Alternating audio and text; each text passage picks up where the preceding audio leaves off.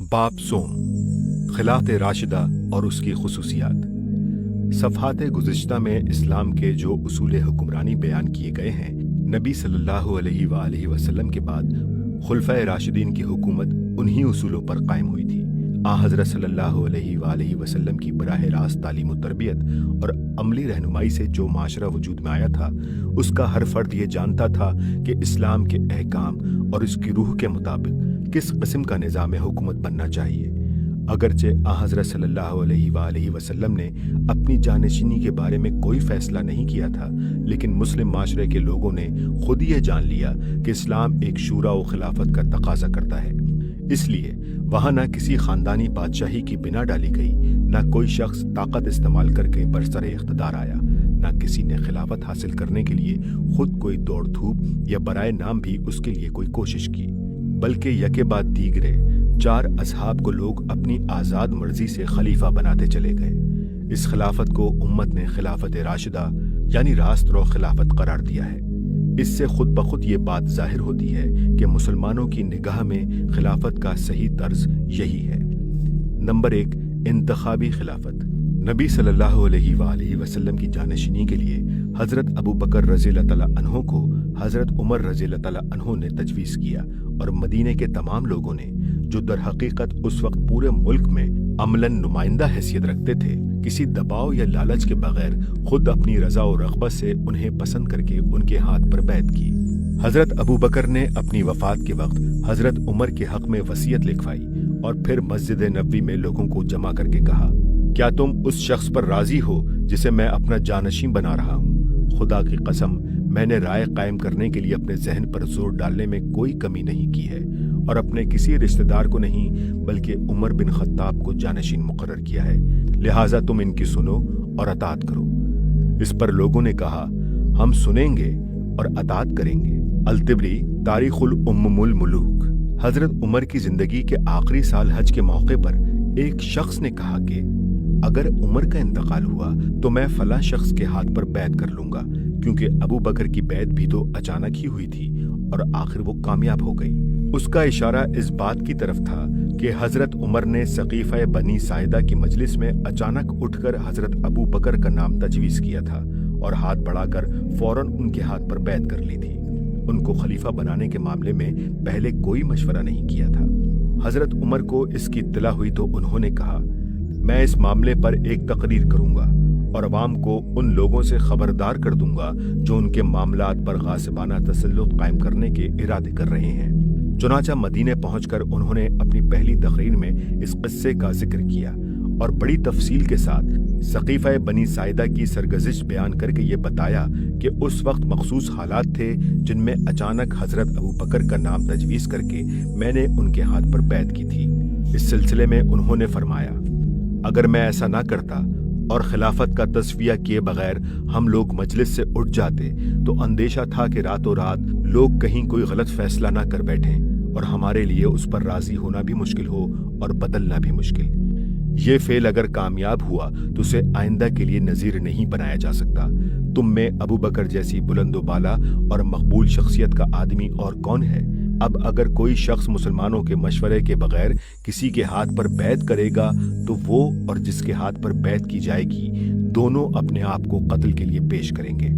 बुखारी किताबुल मुहारिबीन। मसनद अहमद की रिवायत में हजरत उमर रज़ियल्लाहु तआला अन्हु के अल्फाज ये हैं, जिस शख्स ने मुसलमानों के मशवरे के बगैर किसी अमीर की बैत की उसकी कोई बैत नहीं, और ना उस शख्स की कोई बैत है जिससे उसने बैत की। एक और रिवायत में हजरत उमर के अल्फाज ये भी आए हैं कि जिस शख्स को मशवरे के बगैर इमारत दी जाए उसके लिए उसका कबूल करना हलाल नहीं है। अपने तशरीह करदा इसी कायदे के मुताबिक हजरत उमर ने अपनी वफात के वक्त खिलाफत का फैसला करने के लिए एक इंतखाबी मजलिस मुकर्रर की और फरमाया, जो शख्स मुसलमानों के मशवरे के बगैर जबरदस्ती अमीर बनने की कोशिश करे उसे कत्ल कर दो। इसके साथ उन्होंने अपने बेटे को खिलाफत के इस्तेहकाक से साफ अल्फाज में मुस्तस्ना कर दिया ताकि खिलाफत एक मौरूसी मनसब न बन जाए। अल-तिबरी। ये इंतखाबी मजलिस उन 6 अशखास पर मुश्तमिल थी जो हजरत उमर के नजदीक कौम में सबसे ज्यादा बाअसर और मकबूल आम थे। इस मजलिस ने आखिरकार अपने एक रुकन अब्दुर्रहमान बिन औफ रज़ियल्लाहु तआला अन्हो को खलीफा तजवीज़ करने का इख्तियार दे दिया انہوں نے عام لوگوں میں چل پھر کر معلوم کرنے کی کوشش کی کہ عوام کا رجحان زیادہ تر کس شخص کی طرف ہے۔ حج سے واپس گزرتے ہوئے قافلوں سے بھی دریافت کیا اور اس استصواب عام سے وہ اس نتیجے پر پہنچے کہ اکثر لوگ حضرت عثمان کے حق میں ہیں۔ الطبری۔ اسی بنیاد پر حضرت عثمان خلافت کے لیے منتخب کیے گئے اور مجمع عام میں ان کی بیعت ہوئی۔ حضرت عثمان کی شہادت کے بعد جب کچھ لوگوں نے حضرت علی کو خلیفہ بنانا چاہا تو انہوں نے کہا، تمہیں ایسا کرنے کا اختیار نہیں ہے، یہ تو اہل شورا اور اہل بدر کے کرنے کا کام ہے۔ جس کو اہل شورا اور اہل بدر خلیفہ بنانا چاہیں گے وہی خلیفہ ہوگا، بس ہم جمع ہوں گے اور اس معاملے میں غور کریں گے۔ ابن قتیبہ۔ الطبری کی روایت میں حضرت علی کے الفاظ یہ ہیں، میری بیعت خفیہ طریقے سے نہیں ہو سکتی، یہ مسلمانوں کی مرضی سے ہونی چاہیے۔ الطبری۔ حضرت علی کی وفات کے وقت لوگوں نے پوچھا کہ ہم آپ کے صاحبزادے حضرت حسن رضی اللہ تعالیٰ عنہ کے ہاتھ پر بیعت کر لیں؟ آپ نے جواب میں کہا، میں نہ تم کو اس کا حکم دیتا ہوں نہ منع کرتا ہوں، تم لوگ خود اچھی طرح دیکھ سکتے ہو۔ الطبری۔ ایک شخص نے عین اس وقت جبکہ آپ اپنے صاحبزادوں کو آخری وصیت کر رہے تھے عرض کیا کہ امیر المومنین، آپ اپنا ولی عہد کیوں نہیں مقرر کر دیتے؟ جواب میں فرمایا، میں مسلمانوں کو اسی حالت میں چھوڑوں گا جس میں رسول اللہ صلی اللہ علیہ وآلہ وسلم نے چھوڑا تھا۔ ابن کثیر۔ ان واقعات سے صاف ظاہر ہوتا ہے کہ خلافت کے متعلق خلفائے راشدین اور اصحاب رسول صلی اللہ علیہ وآلہ وسلم کا متفق علیہ تصور یہ تھا کہ یہ ایک انتخابی منصب ہے جسے مسلمانوں کے باہمی مشورے اور ان کی آزادانہ رضامندی سے قائم ہونا چاہیے۔ موروثی یا طاقت سے برسر اقتدار آنے والی عمارت ان کی رائے میں خلافت نہیں بلکہ بادشاہی تھی۔ صحابہ کرام خلافت اور بادشاہی کے فرق کا جو صاف اور واضح تصور رکھتے تھے اسے حضرت ابو موسیٰ اشعری رضی اللہ تعالیٰ عنہ ان الفاظ میں بیان کرتے ہیں، عمارت یعنی خلافت وہ ہے جسے قائم کرنے میں مشورہ کیا گیا ہو، اور بادشاہی وہ ہے جس پر تلوار کے زور سے غلبہ حاصل کیا گیا ہو۔ طبقات ابن سعدی۔ نمبر 2، شوروی حکومت۔ یہ چاروں خلفاء حکومت کے انتظام اور قانون سازی کے معاملے میں قوم کے اہل الرائے لوگوں سے مشورہ کیے بغیر کام نہیں کرتے تھے۔ سنن الدارمی میں حضرت میمون بن مہران کی روایت ہے کہ حضرت ابو بکر رضی اللہ تعالیٰ عنہ کا قاعدہ یہ تھا کہ جب ان کے پاس کوئی معاملہ آتا تو پہلے یہ دیکھتے تھے کہ اس معاملے میں کتاب اللہ کیا کہتی ہے۔ اگر وہاں کوئی حکم نہ ملتا تو یہ معلوم کرنے کی کوشش کرتے تھے کہ رسول اللہ صلی اللہ علیہ وآلہ وسلم نے اس طرح کے معاملے میں کیا فیصلہ فرمایا ہے، اور اگر سنت رسول میں بھی کوئی حکم نہ ملتا تھا تو قوم کے سرکردہ اور نیک لوگوں کو جمع کر کے مشورہ کرتے تھے، پھر جو رائے بھی سب کے مشورے سے قرار پاتی تھی اس کے مطابق فیصلہ کرتے تھے۔ سنن الدارمی۔ یہی طرز عمل حضرت عمر رضی اللہ تعالیٰ عنہ کا بھی تھا۔ کنز الاعمال۔ مشورے کے معاملے میں خلفائے راشدین کا تصور یہ تھا کہ اہل شورا کو پوری آزادی کے ساتھ اظہار رائے کرنے کا حق ہے۔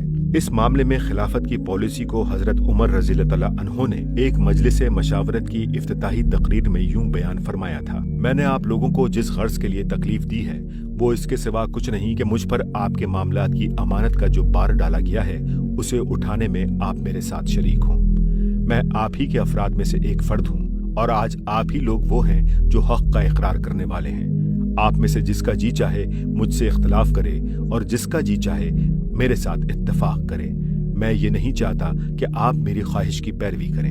امام ابو یوسف رحمۃ اللہ علیہ، کتاب الخراج۔ نمبر 3، بیت المال کے امانت ہونے کا تصور۔ بیت المال کو وہ خدا اور خلق کی امانت سمجھتے تھے، اس میں قانون کے خلاف کچھ آنے اور اس میں قانون کے خلاف کچھ خرچ ہونے کو وہ جائز نہ رکھتے تھے۔ فرما رواؤں کی ذاتی اغراض کے لیے اس کا استعمال ان کے نزدیک حرام تھا۔ بادشاہی اور خلافت کے درمیان بنیادی فرق ہی ان کے نزدیک یہ تھا کہ بادشاہ قومی خزانے کو اپنی ذاتی ملک بنا کر اس میں اپنی خواہشات کے مطابق آزادانہ تصرف کرتا ہے، اور خلیفہ اسے خدا اور خلق کی امانت سمجھ کر ایک ایک پائی حق کے مطابق وصول اور حق ہی کے مطابق خرچ کرتا ہے۔ حضرت عمر نے ایک مرتبہ حضرت سلمان فارسی سے پوچھا کہ میں بادشاہ ہوں یا خلیفہ؟ انہوں نے بلا تعامل جواب دیا کہ اگر آپ مسلمانوں کی زمین سے ایک درہم بھی حق کے خلاف وصول کریں اور اس کو حق کے خلاف خرچ کریں تو آپ بادشاہ ہیں نہ کہ خلیفہ۔ ایک موقع پر حضرت عمر نے اپنی مجلس میں کہا کہ خدا کی قسم میں ابھی تک یہ نہیں سمجھ سکا کہ میں بادشاہ ہوں یا خلیفہ۔ اگر میں بادشاہ ہو گیا ہوں تو یہ بڑی سخت بات ہے۔ اس پر ایک صاحب نے کہا، اے امیر المومنین، इन दोनों में बड़ा फर्क है। हजरत उमर ने पूछा, वो क्या? उन्होंने कहा, खलीफा कुछ नहीं लेता मगर हक के मुताबिक, और कुछ खर्च नहीं करता मगर हक के मुताबिक। आप खुदा के फजल से ऐसे ही हैं। रहा बादशाह तो वो लोगों पर जुल्म करता है, एक से बेजा वसूल करता है और दूसरे को बेजा अता कर देता है। तबकात इब्ने साद। इस मामले में खुलफाए राशिदीन का तर्ज अमल मुलाहिजा हो। हजरत अबू बकर जिस रोज खलीफा हुए उसके दूसरे दिन कंधे पर कपड़े के थान रखकर बेचने के लिए निकले, क्योंकि खिलाफत से पहले यही उनका जरिया माश था। रास्ते में हजरत उमर मिले और उन्होंने कहा, यह आप क्या करते हैं? जवाब दिया, अपने बाल बच्चों को कहां से खिलाऊं? उन्होंने कहा, अब आपके ऊपर मुसलमानों की सरदारी का भार आ पड़ा है, ये काम उसके साथ नहीं निभ सकता। चलिए अबू उबैदा जो नाज़िम बैतुल माल थे उनसे मिलकर बात करते हैं। चुनाचा हजरत अबू उबैदा से गुफ्तगू की गई। उन्होंने कहा, हम आपके लिए महाजरीन में से एक आम आमदनी का मेयार सामने रखकर एक वजीफा मुकर्रर किए देते हैं, जो ना उनके सबसे ज्यादा दौलतमंद के बराबर होगा ना सबसे गरीब के बराबर। इस तरह उनके लिए एक वजीफा मुकर्रर कर दिया गया जो तकरीबन 4000 दरहम सालाना था। मगर जब उनकी वफात का वक्त करीब आया तो उन्होंने वसीयत की कि मेरे तरके में से 8000 दरहम बैतुल माल को वापस कर दिया जाए। ये माल जब हजरत उमर के पास लाया गया तो उन्होंने कहा, खुदा अबू बकर पर रहमत फरमाए। अपने बाद आने वालों को उन्होंने मुश्किल में डाल दिया। कंजुल माल। हजरत उमर अपनी एक तकरीर में बयान करते हैं कि बैतुल माल में खलीफा का क्या हक है। मेरे लिए अल्लाह के माल में से इसके सिवा कुछ हलाल नहीं है कि एक जोड़ा कपड़ा गर्मी के लिए और एक जाड़े के लिए, और कुरैश के एक औसत आदमी के बराबर माश अपने घर वालों के लिए ले लूं। फिर मैं बस एक आदमी हूं मुसलमानों में से। इब्ने कसीर। एक और तकरीर में वो फरमाते हैं, मैं इस माल के मामले में 3 बातों के सिवा किसी चीज को सही नहीं समझता। हक के साथ लिया जाए, हक के मुताबिक दिया जाए और बातिल से उसको रोका जाए। मेरा ताल्लुक तुम्हारे इस माल के साथ वही है जो यतीम के वली का ताल्लुक यतीम के माल के साथ होता है। अगर मैं मोहताज ना हूं तो इसमें से कुछ न लूंगा, और अगर मोहताज हूं तो मारूफ तरीके पर खाऊंगा। इमाम अबू यूसुफ, किताबुल खराज। हजरत अली रज़ियल्लाहु तआला अन्हो ने अपनी तनख्वाह का मेयार वही रखा जो हजरत अबू बकर सिद्दीक और हजरत उमर रज़ियल्लाहु तआला अन्हो की तनख्वाहों का था।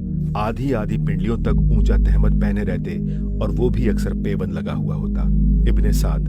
उम्र भर कभी ईंट पर ईंट रखने की नौबत न आई। एक मर्तबा एक साहब जाड़े के जमाने में आपसे मिलने गए तो देखा कि एक बोसीदा चादर पहने बैठे हैं और सर्दी से कांप रहे हैं। इब्ने कसीर। शहादत के बाद आपके तरके का जायजा लिया गया तो सिर्फ 700 दरहम निकले जो आपने एक गुलाम खरीदने के लिए पैसा पैसा जोड़कर जमा किए थे। इब्ने साद। कभी किसी ऐसे शख्स से बाजार में कोई चीज न खरीदते थे जो आपको जानता हो, ताकि वो कीमत में अमीरुल मोमिनीन होने की बिना पर आपके साथ रियायत न करते। इब्ने साद। जिस जमाने में हजरत माविया रज़ियल्लाहु तआला अन्हु से उनका मुकाबला दरपेश था, लोगों ने उनको मशवरा दिया कि जिस तरह हजरत माविया लोगों को बेतहाशा इनामात और अतिये दे देकर अपना साथी बना रहे हैं, आप भी बैतुल माल का मुंह खोलें और रुपया बहाकर अपने हामी पैदा करें। मगर उन्होंने ये कहकर ऐसा करने से इनकार कर दिया, क्या तुम चाहते हो मैं नारवा तरीकों से कामयाबी हासिल करूं? उनसे खुद उनके बड़े भाई हजरत अकील रज़ियल्लाहु तआला अन्हु ने चाहा कि वो बैतुल माल से उनको रुपया दें, मगर उन्होंने ये कहकर इनकार कर दिया कि क्या तुम चाहते हो कि तुम्हारा भाई मुसलमानों का माल तुम्हें देकर जहन्नुम में जाए? इब्ने कतीबा। हाफिज इब्ने हजर ने अल असाबा में लिखा है कि हजरत अकील पर कोई कर्ज था जिसे अदा करने से हजरत अली ने इनकार किया था, इसलिए वो नाराज होकर हजरत माविया से जा मिले थे। नंबर 4, हुकूमत का तसव्वुर। उन लोगों का तसव्वुर हुकूमत क्या था? फरमा रवा होने की हैसियत से ये अपने मकाम और अपने फराइज के मुतालिक क्या ख्याल रखते थे और अपनी हुकूमत में किस पॉलिसी पर आमिल थे, इन चीजों को उन्होंने खुद खिलाफत के मिंबर से तकरीरें करते हुए बरसरे आम बयान कर दिया था। हजरत अबू बकर की पहली तकरीर जो उन्होंने मस्जिद नबवी में आम बैत के बाद की, उसमें वो कहते हैं, मैं आप लोगों पर हुक्मरान बनाया गया हूँ, हालांकि मैं आपका सबसे बेहतर आदमी नहीं हूँ। उस जात की कसम जिसके हाथ में मेरी जान है, मैंने ये मनसब अपनी रग़बत और ख्वाहिश से नहीं लिया है। न मैं ये चाहता था कि किसी दूसरे के बजाय ये मुझे मिले, न मैंने कभी खुदा से इसके लिए दुआ की, न मेरे दिल में कभी इसकी हिर्स पैदा हुई। मैंने तो इसे बादल नख्वास्ता इसलिए कबूल किया है कि मुझे मुसलमानों में फितना इख्तलाफ और अरब में फितना इर्तदाद बर्पा हो जाने का अंदेशा था। मेरे लिए इस मनसब में कोई राहत नहीं है, बल्कि ये बारे अजीम है जो मुझ पर डाल दिया गया है, जिसके उठाने की ताकत मुझ में नहीं है, इल्ला ये कि अल्लाह ही मेरी मदद फरमाए। मैं ये चाहता था कि मेरे बजाय कोई और ये बार उठा ले। अब भी अगर आप लोग चाहें तो असहाब रसूलुल्लाह में से किसी और को इस काम के लिए चुन लें। मेरी बैत आपके रास्ते में हायल ना होगी। आप लोग अगर मुझे रसूलुल्लाह सल्लल्लाहु अलैहि वसल्लम के मेयार पर जांचेंगे और मुझसे वो तवक्कात रखेंगे जो हुजूर से आप रखते थे, तो मैं उसकी ताकत नहीं रखता, क्योंकि वो शैतान से महफूज थे और उन पर आसमान से वही नाजिल होती थी। अगर मैं ठीक काम करूं तो मेरी मदद कीजिए, अगर गलत काम करूं तो मुझे सीधा कर दीजिए। सच्चाई अमानत है और झूठ खयानत। तुम्हारे दरमियान जो कमजोर है वो मेरे नजदीक कवी है, यहाँ तक कि मैं उसका हक उसे दिलवाऊं अगर खुदा चाहे। और तुम में से जो ताकतवर है वो मेरे नजदीक कमजोर है, यहाँ तक कि मैं उससे हक वसूल करूं अगर खुदा चाहे। कभी ऐसा नहीं होता कि कोई कौम अल्लाह की राह में जद्दोजहद छोड़ दे और अल्लाह उस पर जिल्लत मुसल्लत ना कर दे, और किसी कौम में फवाहिश फैले और अल्लाह उसको आम मुसीबत में मुब्तला ना कर दे। मेरी अताअत करो जब तक मैं अल्लाह और रसूल का मुती हूँ, और अगर मैं अल्लाह और रसूल की नाफरमानी करूँ तो मेरी कोई अताअत तुम पर नहीं है। मैं पैरवी करने वाला हूँ, नई राह निकालने वाला नहीं हूँ। अल-तिबरी। हजरत उमर अपने एक खुतबे में कहते हैं, लोगों, कोई हक वाला अपने हक में इस मर्तबे को नहीं पहुंचा है कि अल्लाह की मासियत में उसकी अताअत की जाए। लोगों, मेरे ऊपर तुम्हारे जो हुकूक हैं वो मैं तुमसे बयान किए देता हूँ, उन पर तुम मुझे पकड़ सकते हो। मेरे ऊपर तुम्हारा ये हक है कि मैं तुम्हारे खराज अल्लाह के अता करदे फे में से कोई चीज ना वसूल करूं मगर कानून के मुताबिक, और मेरे ऊपर तुम्हारा ये हक है कि जो कुछ माल जिस तरह मेरे पास आए उसमें से कुछ ना निकले मगर हक के मुताबिक। अबू यूसुफ किताबुल खिराज।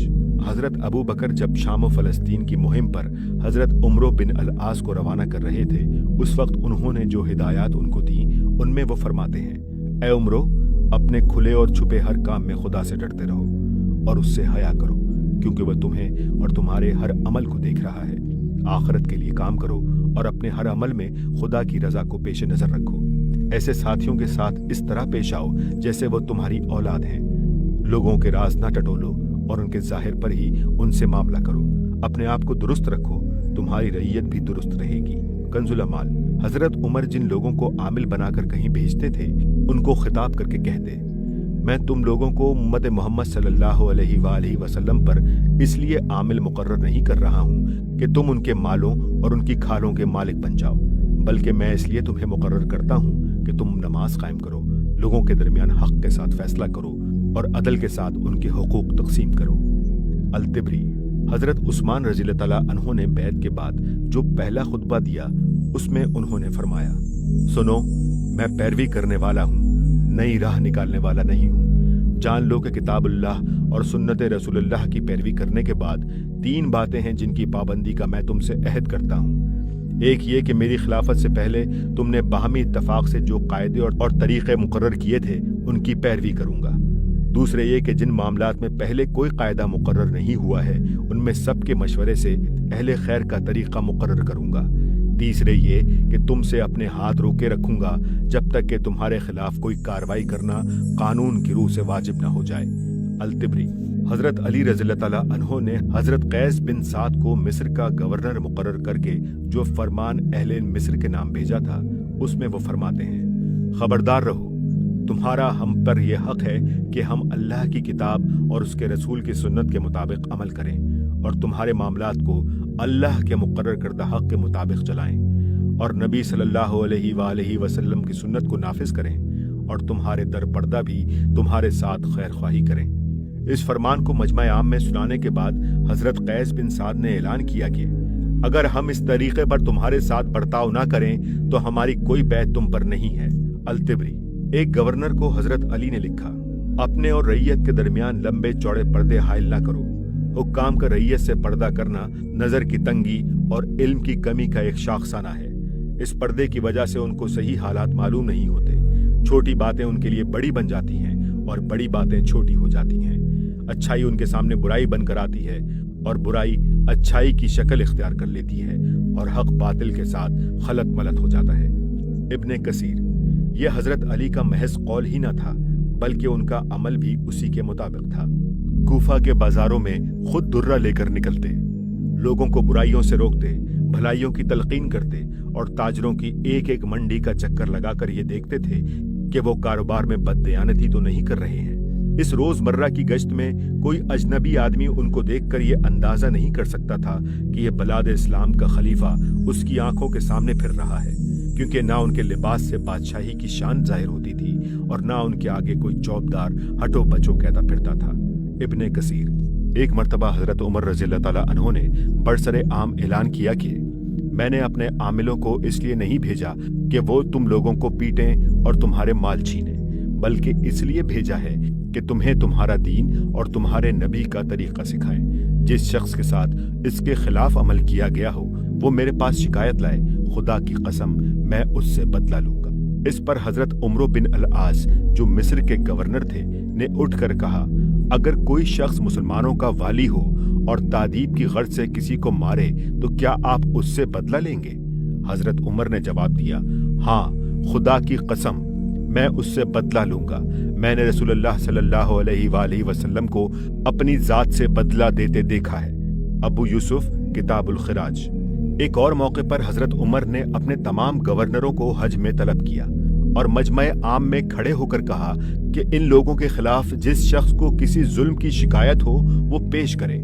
पूरे मजमे में से सिर्फ एक शख्स उठा और उसने हजरत उमर बिन अल-आस की शिकायत की कि उन्होंने नारवा तौर पर मुझे 100 कोड़े लगवाए थे।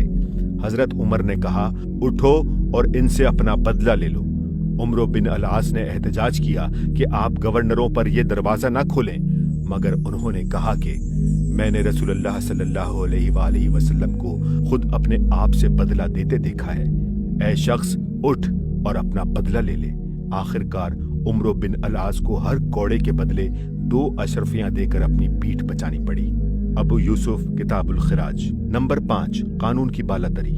ये खुलफा अपनी जात को भी कानून से बालातर नहीं रखते थे, बल्कि कानून की निगाह में अपने आप को और मुमलिकत के एक आम शहरी, मुसलमान हो या जिम्मी, को मसावी करार देते थे। काजियों को अगरचे रईस से मुमलिकत होने की हैसियत से वही मुकर्रर करते थे, मगर एक शख्स काजी हो जाने के बाद खुद उनके खिलाफ फैसला देने में भी वैसा ही आज़ाद था जैसे किसी आम शहरी के मामले में। एक मर्तबा हजरत उमर और हजरत अबी काब का एक मामले में इख्तलाफ हो गया और दोनों ने हजरत जैद बिन साबित को हकम बनाया। फरीकैन जैद के पास हाजिर हुए। जैद ने उठकर हजरत उमर को अपनी जगह बिठाना चाहा, मगर हजरत उमर हजरत अबी के साथ बैठे। फिर हजरत अबी ने अपना दावा पेश किया और हजरत उमर ने दावे से इनकार किया। कायदे के मुताबिक हजरत जैद को हजरत उमर से कसम लेनी चाहिए थी, मगर उन्होंने उनसे कसम लेने में तामुल किया। हजरत उमर ने खुद कसम खाई और उस मजलिस के खात्मे पर कहा, जैद काजी होने के काबिल नहीं हो सकते जब तक कि उमर और एक आम मुसलमान उनके नजदीक बराबर ना हो। बहकी, अल-सनन कुबरा। ऐसा ही मामला हजरत अली का एक ईसाई के साथ पेश आया, जिसको उन्होंने कूफा के बाजार में अपनी गुमशुदा ज़रर बेचते हुए देखा था। उन्होंने अमीरुल मोमिनीन होने की हैसियत से अपनी ज़रा उससे छीन नहीं ली, बल्कि काजी के पास इस्तगासा किया, और चूंकि वो कोई शहादत न पेश कर सके इसलिए काजी ने उनके खिलाफ फैसला दे दिया। वफ़ियातुल आयान। हवाला मज़कूर इब्न खलकान की रिवायत है कि एक मुकदमे में हजरत अली और एक जिम्मी फरीकैन की हैसियत से काजी शरी की अदालत में हाजिर हुए। काजी ने उठकर हजरत अली का इस्तकबाल किया। उस पर उन्होंने फरमाया, ये तुम्हारी पहली बेइंसाफी है। वफ़ियातुल आयान। नंबर 6, अज़बियतों से पाक हुकूमत। इस्लाम के इब्तदाई दौर की एक और खुसूसियत ये थी कि उस जमाने में ठीक ठीक इस्लाम के उसूल और उसकी रूह के मुताबिक कबायली, नस्ली और वतनी अज़बियतों से बालातर होकर तमाम लोगों के दरमियान यकसां सलूक किया गया। रसूलुल्लाह सल्लल्लाहु अलैहि वसल्लम की वफात के बाद अरब की कबायली अज़बियतें एक तूफान की तरह उठ खड़ी हुई थीं। मुद्दियान नबूवत के ज़हूर और इर्तिदाद की तहरीक में यही आमिल सबसे ज्यादा मौसर था। मसलिमा के एक पैरू का कौल था कि मैं जानता हूं कि मसलिमा झूठा है, मगर बनी रबिया का झूठा मुज़िर के सच्चे से अच्छा है। अल-तिबरी। एक दूसरे मुद्दिए नबूवत तलीला की हिमायत में बनी गतकान के एक सरदार ने कहा था कि खुदा की कसम اپنے حلیف قبیلوں کے ایک نبی کی پیروی کرنا قریش کے نبی کی پیروی کرنے سے مجھ کو زیادہ محبوب ہے۔ ایزن خود مدینہ میں جب حضرت ابو بکر رضی اللہ تعالیٰ عنہ کے ہاتھ پر بیعت ہوئی تو حضرت سعد بن عبادہ نے قبائلی عصبیت ہی کی بنا پر ان کی خلافت تسلیم کرنے سے اجتناب کیا تھا۔ اسی طرح حضرت ابو سفیان کو بھی عصبیت ہی کی بنا پر ان کی خلافت ناگوار ہوئی تھی، اور انہوں نے حضرت علی سے جا کر کہا تھا کہ قریش کے سب سے چھوٹے قبیلے کا آدمی کیسے خلیفہ بن گیا؟ تم اٹھنے کے لیے تیار ہو تو میں وادی کو سواروں اور پیادوں سے بھر دوں۔ مگر حضرت علی نے یہ جواب دے کر ان کا منہ بند کر دیا کہ تمہاری یہ بات اسلام اور اہل اسلام کی دشمنی پر دلالت کرتی ہے۔ میں ہرگز نہیں چاہتا کہ تم کوئی سوار اور پیادے لاؤ۔ مسلمان سب ایک دوسرے کے خیر خواہ اور آپس میں محبت کرنے والے ہوتے ہیں، خواہ ان کے دیار اور اجسام ایک دوسرے سے کتنے ہی دور ہوں۔ البتہ منافقین ایک دوسرے کی کاٹ کرنے والے ہوتے ہیں۔ ہم ابو بکر کو اس منصب کا اہل سمجھتے ہیں۔ اگر وہ اہل نہ ہوتے تو ہم لوگ کبھی انہیں اس منصب پر مامور نہ ہونے دیتے۔ کنز الاعمال۔ اس ماحول میں جب حضرت ابو بکر اور ان کے بعد حضرت عمر نے بے لاگ اور غیر متعصبانہ طریقے سے نہ صرف تمام عرب قبائل بلکہ غیر عرب نو مسلموں کے ساتھ بھی منصفانہ برتاؤ کیا اور خود اپنے خاندان اور قبیلے کے ساتھ امتیازی سلوک کرنے سے قطعی مجتنب رہے، تو ساری عصبیتیں دب گئیں اور مسلمانوں میں وہ بین الاقوامی روح ابھر آئی جس کا اسلام تقاضا کرتا تھا۔ حضرت ابو بکر نے اپنے زمانہ خلافت میں اپنے قبیلے کے کسی شخص کو حکومت کا کوئی عہدہ نہ دیا۔ حضرت عمر نے اپنے پورے دور حکومت میں اپنے قبیلے کے صرف ایک صاحب کو، جن کا نام نعمان بن عدی تھا، بصرے کے قریب میسان نامی ایک چھوٹے سے علاقے کا تحصیلدار مقرر کیا اور اس عہدے سے بھی ان کو تھوڑی ہی مدت بعد معزول کر دیا۔ حاشیہ: حضرت نعمان بن عدی رضی اللہ تعالیٰ عنہ ابتدائی مسلمانوں میں سے تھے۔ ان کا اسلام خود حضرت عمر سے بھی قدیم تھا۔ ہجرت حبشہ کے موقع پر جو لوگ مکہ چھوڑ کر حبشہ چلے گئے تھے، ان میں یہ اور ان کے والد حضرت عدی شامل تھے۔ حضرت عمر نے جب ان کو میسان کا تحصیلدار مقرر کر کے بھیجا تو ان کی بیوی ان کے ساتھ نہ گئیں۔ وہاں انہوں نے اپنی بیوی کے فراق میں کچھ اشعار کہے جن میں شراب کا صرف مضمون باندھا گیا تھا۔ اس پر حضرت عمر نے انہیں معزول کر دیا اور فیصلہ کیا کہ آئندہ انہیں کوئی عہدہ نہ دیا جائے گا۔ ابن عبد البر، ایک اور صاحب حضرت قدامہ بن مظعون کو، جو حضرت عمر کے بہنوئی تھے، انہوں نے بحرین کا عامل مقرر کیا تھا۔ یہ مہاجرین حبشہ اور اصحاب بدر میں سے تھے، مگر جب ان کے خلاف شراب نوشی کی شہادت قائم ہوئی تو حضرت عمر نے ان کو معزول کر دیا اور ان پر حد جاری کی۔ اس لحاظ سے ان دونوں خلفاء کا طرز عمل در حقیقت مثالی تھا۔ حضرت عمر کو آخری زمانے میں اس بات کا خطرہ محسوس ہوا کہ کہیں ان کے بعد عرب کی قبائلی عصبیتیں، جو اسلامی تحریک کے زبردست انقلابی اثر کے باوجود ابھی بالکل ختم نہیں ہو گئی تھیں، پھر نہ جاگ اٹھیں اور ان کے نتیجے میں اسلام کے اندر فتنے برپا ہوں۔ چنانچہ ایک مرتبہ اپنے امکانی جانشینوں کے متعلق کہا، اگر میں ان کو اپنا جانشین تجویز کروں تو وہ بنی ابی معیط بنی امیہ کو لوگوں کی گردنوں پر مسلط کر دیں گے اور وہ لوگوں میں اللہ کی نافرمانیاں کریں گے۔ خدا کی قسم، اگر میں نے ایسا کیا تو عثمان یہی کریں گے، اور اگر عثمان نے یہ کیا تو وہ لوگ ضرور معصیتوں کا ارتکاب کریں گے اور عوام شورش برپا کر کے عثمان کو قتل کر دیں گے۔ ابن البر الاستیاب۔ حاشیہ: بعض لوگ اس جگہ یہ سوال اٹھاتے ہیں کہ کیا حضرت عمر کو الہام ہوا تھا جس کی بنا پر انہوں نے قسم کھا کر وہ بات کہی جو بعد میں جوں کی توں پیش آ گئی؟ اس کا جواب یہ ہے کہ ایک صاحب بصیرت آدمی بسا اوقات حالات کو دیکھ کر جب انہیں منطقی طریقے سے ترتیب دیتا ہے تو اسے آئندہ رونما ہونے والے نتائج 2 اور 2 4 کی طرح نظر آنے لگتے ہیں، اور وہ الہام کے بغیر اپنی بصیرت ہی کی بنا پر ایک صحیح پیشن گوئی کر سکتا ہے۔ حضرت عمر یہ جانتے تھے کہ عرب میں قبائلی عصبیت کے جراثیم کتنے گہرے اترے ہوئے ہیں، اور انہیں یہ بھی معلوم تھا کہ 25-30 سال کی تبلیغ اسلام نے بھی ان جراثیم کا پوری طرح قلع قما نہیں کیا ہے۔ اس بنا پر وہ یقین رکھتے تھے کہ اگر ان کی اور حضرت ابو بکر کی پالیسی میں ذرہ برابر بھی تغیر کیا گیا اور ان کے جانشین نے اپنے قبیلے کے آدمیوں کو بڑے بڑے عہدے دینے شروع کر دیے تو قبائلی عصبیتیں پھر کسی کے دبائے نہ دب سکیں گی اور لازماً خونی انتخابات پر منتج ہوں گی۔ اسی چیز کا خیال ان کو اپنی وفات کے وقت بھی تھا۔ چنانچہ آخری وقت میں انہوں نے حضرت علی، حضرت عثمان اور حضرت سعد بن ابی وقاص کو بلا کر ہر ایک سے کہا کہ اگر میرے بعد تم خلیفہ ہو تو اپنے قبیلے کے لوگوں کو عوام کی گردنوں پر سوار نہ کر دینا۔ الطبری، मजीद बरां 6 आदमियों की इंतखाबी शुरा के लिए उन्होंने जो हिदायत छोड़ी उनमें दूसरी बातों के साथ एक बात ये भी शामिल थी कि मुंतखब खलीफा इस अमर का पाबंद रहे कि वो अपने कबीले के साथ कोई इम्तियाजी बर्ताव न करेगा। फतेह अल बारी। इस रिवायत को शाह वलीउल्लाह साहब ने भी अल-ज़ातुल खिलाफा में नकल किया है, मगर बदकिस्मती से खलीफा सालिस हजरत उस्मान रज़ियल्लाहु ताला अन्हो इस मामले में मेयार मतलूब को कायम न रख सके। उनके अहद में बनी उमैया को कसरत से बड़े बड़े ओहदे और बैतुल माल से अतिये दिए गए और दूसरे कबीले उसे तलखी के साथ महसूस करने लगे। तबकात इब्न साद। उनके नजदीक ये सुलह रहमी का तकाजा था, चुनाचा वो कहते थे कि उमर खुदा की खातिर अपने अकरबा को महरूम करते थे और मैं खुदा की खातिर अपने अकरबा को देता हूँ। अल-तिबरी। एक मौके पर उन्होंने फरमाया, अबू बकर और उमर बैतुल माल के मामले में इस बात को पसंद करते थे कि खुद भी खस्ता हाल रहें और अपने अकरबा को भी उसी हालत में रखें, मगर मैं इसमें सुलह रहमी करना पसंद करता हूँ। कंजुल अमाल। इसका नतीजा आखिरकार वही हुआ जिसका हजरत उमर को अंदेशा था।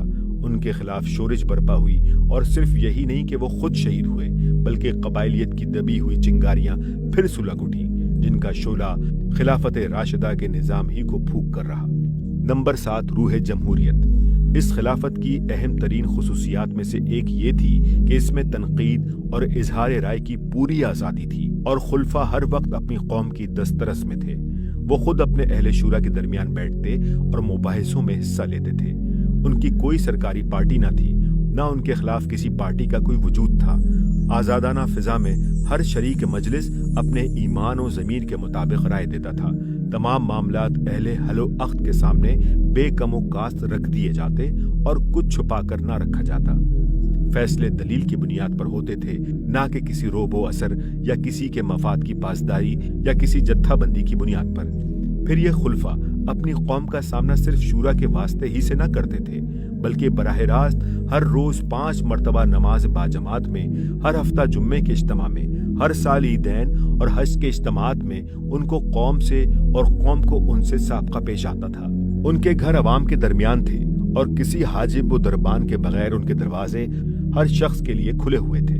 वो बाजारों में किसी महाफिज दस्ते और हटो बचों के एहतमाम के बगैर अवाम के दरमियान चलते फिरते थे। इन तमाम मौके पर हर शख्स को उन्हें टोकने, उन पर तनकीद करने और उनसे मुहासबा करने की खुली आज़ादी थी और इस आज़ादी के इस्तेमाल की वो महज इजाज़त ही ना देते थे, बल्कि इसकी हिम्मत अफजाई करते थे। हजरत अबू बकर ने अपनी खिलाफत की पहली ही तकरीर में, जैसा कि पहले गुजर चुका है, अलल ऐलान कह दिया था कि अगर मैं सीधा चलूं तो मेरी मदद करो, अगर टेढ़ा हो जाऊं तो मुझे सीधा कर दो। हजरत उमर ने एक मरतबा जुम्मे के खुतबे में इस राय का इजहार किया कि किसी शख्स को निकाह में 400 दरहम से ज्यादा महर बांधने की इजाजत न दी जाए। एक औरत ने उन्हें वहीं टोक दिया कि आपको ऐसा हुक्म देने का हक नहीं है। कुरान ढेर सा माल यानी कंतार महर में देने की इजाजत देता है, आप इसकी हद मुकर्रर करने वाले कौन होते हैं? हजरत उमर ने फौरन अपनी राय से रुजू कर लिया। तफसीर इब्न कसीर। एक और मौके पर भरे मजमे में हजरत सलमान फारसी ने उनसे मुहासबा किया कि सबके हिस्से में एक एक चादर आई है, आपने 2 चादरें कैसे ले ली? हजरत उमर ने उसी वक्त अपने बेटे अब्दुल्ला बिन उमर की शहादत पेश कर दी कि दूसरी चादर उन्होंने अपने वालिद को मुस्तार दी है। अल-रियाज अल-नजरा। एक दफा अपनी मजलिस में उन्होंने लोगों से पूछा, अगर मैं बाज मामलात में ढील इख्तियार कर लूं तो तुम क्या करोगे? हजरत बशर बिन साद ने कहा, अगर आप ऐसा करेंगे तो हम आपको तीर की तरह सीधा कर देंगे। हजरत उमर ने फरमाया, तब तो तुम काम के लोग हो। कंजुल अमाल। सबसे ज्यादा सख्त तनकीदों से हजरत उस्मान को साबका पेश आया और उन्होंने कभी किसी का मुंह जबरदस्ती बंद करने की कोशिश न की, बल्कि हमेशा एतराजात और तनकीदों के जवाब में बरसरे आम अपनी सफाई पेश की। हजरत अली ने अपने ज़माने खिलाफत में खवारिज की इंतहाई बदज़बानियों को बड़े ठंडे दिल से बर्दाश्त किया। एक मरतबा 5 खारजी उनके पास गिरफ्तार करके लाए गए, जो अलल ऐलान उनको गालियां दे रहे थे और उनमें से एक बरसरे आम कह रहा था कि खुदा की कसम मैं अली को कत्ल कर दूंगा। मगर हजरत अली ने उन सब को छोड़ दिया और अपने आदमियों से फरमाया कि उनकी बदज़बानी का जवाब तुम चाहो तो बदज़बानी से दे लो, मगर जब तक वो अमलन कोई बागियाना कार्रवाई नहीं करते, महज ज़बानी मुखालफत कोई ऐसा जुर्म नहीं है जिसकी वजह से उन पर हाथ डाला जाए। خلافت راشدہ کا یہ دور، جس کا ہم نے اوپر ذکر کیا ہے، ایک روشنی کا مینار تھا جس کی طرف بعد کے تمام ادوار میں فقہاء و محدثین اور عام دیندار مسلمان ہمیشہ دیکھتے رہے، اور اسی کو اسلام کے مذہبی، سیاسی، اخلاقی اور اجتماعی نظام کے معاملے میں معیار سمجھتے رہے۔